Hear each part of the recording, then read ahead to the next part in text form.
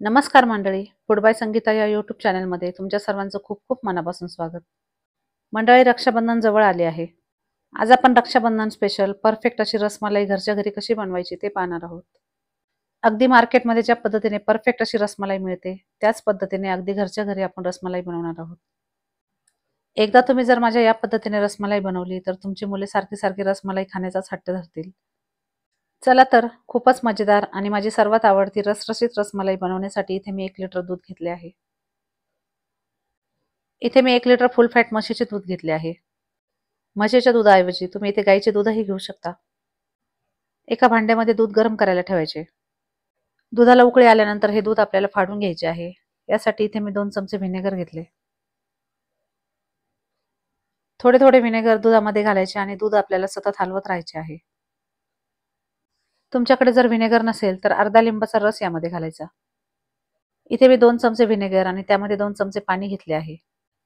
तुम्ही जर लिंबाचा रस घालणार असाल तर त्यामध्येही थोडे पाणी घालायचे. अशा पद्धतीने थोडे थोडे व्हिनेगर दुधामध्ये घालायचे आणि दूध सतत ढवळत राहायचे. मंडळी, सर्वात महत्त्वाची टीप म्हणजे बऱ्याच जणांचा समज असतो की म्हशीचे दूध वापरले की पाकामध्ये त्याचे गोळे विरघळतात. पण आपण इथे म्हशीचे अगदी फुल फॅट दूध घेतलेले आहे. तरीही अगदी मऊसर आणि स्पॉन्जी अशी आपली रसमलाई तयार झाली. तर असं काहीही नाही, तुम्ही इथे म्हशीचेही दूध वापरू शकता किंवा गाईचेही दूध वापरू शकता. तुम्ही पाहू शकता दूध आणि पाणी अगदी वेगळे झाले आहे. आता आपल्याला हे दूध गाळून घ्यायचे. यासाठी एका भांड्यावर चाळण ठेवायची, त्यावर एक सुती कापड ठेवायचे. अशा पद्धतीने सुती कापडावर आपल्याला गाळून घेतलेले सर्व दूध घालायचे आहे.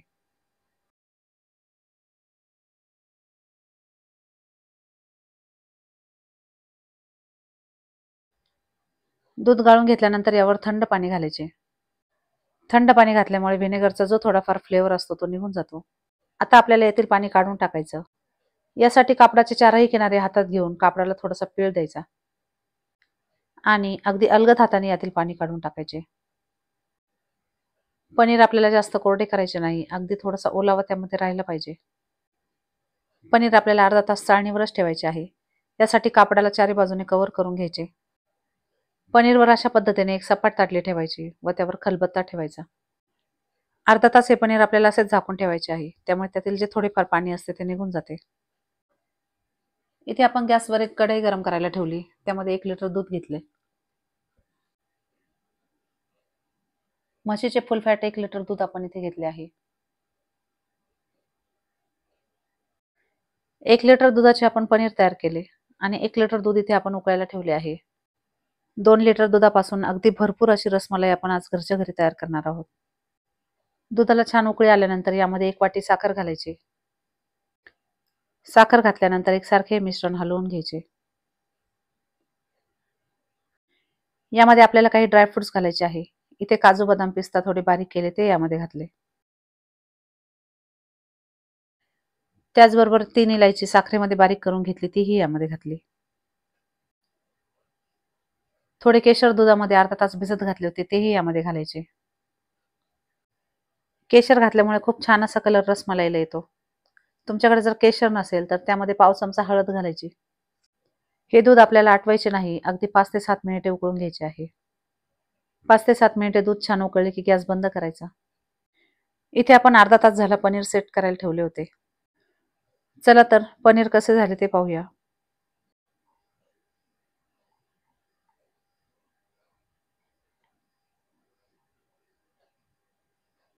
आपले पनीर अगदी छान तयार झाले आहे. जास्त मऊही नाही आणि जास्त कडकही नाही. अगदी स्मूथ असे पनीर आपले तयार झाले आहे.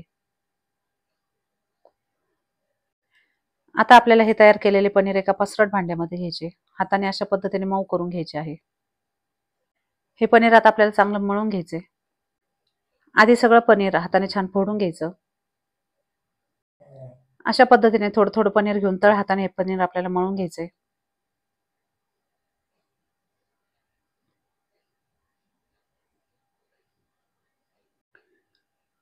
पनीर आपल्याला इतकंही घासायचं नाही की त्यातील फॅट किंवा तेल बाहेर येईल.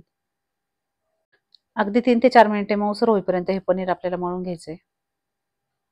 तुम्ही पाहू शकता पनीरचा अगदी मऊसर गोळा तयार झाला आहे. कुठेही तेल सुटले नाही किंवा हाताला तेलही लागले नाही. आता आपण यामध्ये 1 चमचा कॉर्नफ्लोअर घातले. कॉर्नफ्लोअर घातल्यानंतर पुन्हा हे सर्व साहित्य छान एकजीव करून घ्यायचंय. इथे आपण कॉर्नफ्लोअर ऐवजी 1 चमचा मैदा घेतला तरीही पनीर छान सेट होते. अशा पद्धतीने तळ हाताने 5 ते 6 मिनिटे मळून घेतल्यानंतर पनीरचा अगदी मऊसर असा गोळा तयार झाला आहे.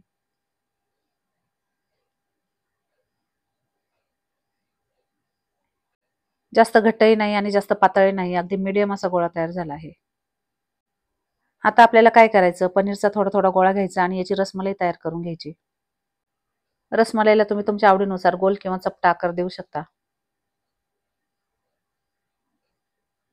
इथे आपण पेढे कसे बनवतो त्या आकारात सर्व रसमलाई तयार करून घेतली. आता आपल्याला काय करायचं, पनीरचे हे सगळे पेढे उकळून घ्यायचे. यासाठी गॅसवर एक कढई गरम करायला ठेवली. यामध्ये 5 कप पाणी आणि 1 कप साखर घालायची. तुम्हाला जर गोड जास्त आवडत असेल तर साखर थोडी कमी जास्त घेऊ शकता. पण 5 वाटीसाठी 1 वाटी अगदी परफेक्ट प्रमाण आहे. साखर विरघळून पाण्याला खळखळून उकळी आली की यामध्ये पनीरचा छोटा गोळा घालायचा. गॅसची फ्लेम मोठीच ठेवायची. अगदी 2 ते 3 मिनिटे हा गोळा विरघळला नाही की त्यानंतर त्यामध्ये बाकीचे सर्व गोळे घालायचे. अशा पद्धतीने अगदी अलगद यामध्ये पनीरचे सर्व गोळे सोडायचे. सर्वात महत्त्वाची टीप म्हणजे पनीरचे गोळे पाकामध्ये सोडताना गॅसची फ्लेम मोठीच पाहिजे आणि पाण्याला अगदी खळखळून उकळी आली पाहिजे. पनीरचा एक गोळा पाकामध्ये घातल्यानंतर जर विरघळायला लागला तर पनीरचे सर्व गोळे मोडायचे. त्यामध्ये अर्धा चमचा कॉर्नफ्लोअर घालून पुन्हा सर्व साहित्य एकजीव करून घ्यायचे आणि पुन्हा पनीरचे गोळे तयार करून पाकामध्ये सोडायचे. 5 मिनिटांनी तुम्ही झाकण काढून पाहू शकता, पनीर छान फुलायला लागले आहे. पनीरचे अगदी छोटे पेढे आपण तयार करून यामध्ये घातले होते. पनीर अगदी छान फुलले आहे. पनीरचा आकारही थोडा मोठा झाला आहे. खूपच छान स्पॉन्जी असे पनीरचे गोळे तयार झाल्यानंतर आपल्याला ते थंड पाण्यामध्ये घालायचे आहे. थंड पाण्यामध्ये घातल्यामुळे त्याची शिजण्याची प्रक्रिया थांबते. तुम्ही पाहू शकता अगदी मऊसर असे आपले पनीरचे गोळे तयार झाले आहे. अगदी 2 ते 3 मिनिटे हे पनीरचे गोळे पाण्यामध्ये ठेवल्यानंतर पाण्यातून काढून घ्यायचे. पनीरचे गोळे हाताने थोडे थोडे दाबून त्यातील सर्व पाणी काढून घ्यायचे आणि अगदी अलगद हे सर्व गोळे आपल्याला दुधामध्ये सोडायचे आहे. अशा पद्धतीने अगदी परफेक्ट अशी रसमलाई घरच्या घरी तयार झाली आहे. रसमलाई पूर्णपणे थंड झाल्यानंतर 3 ते 4 तास फ्रीजमध्ये ठेवायची.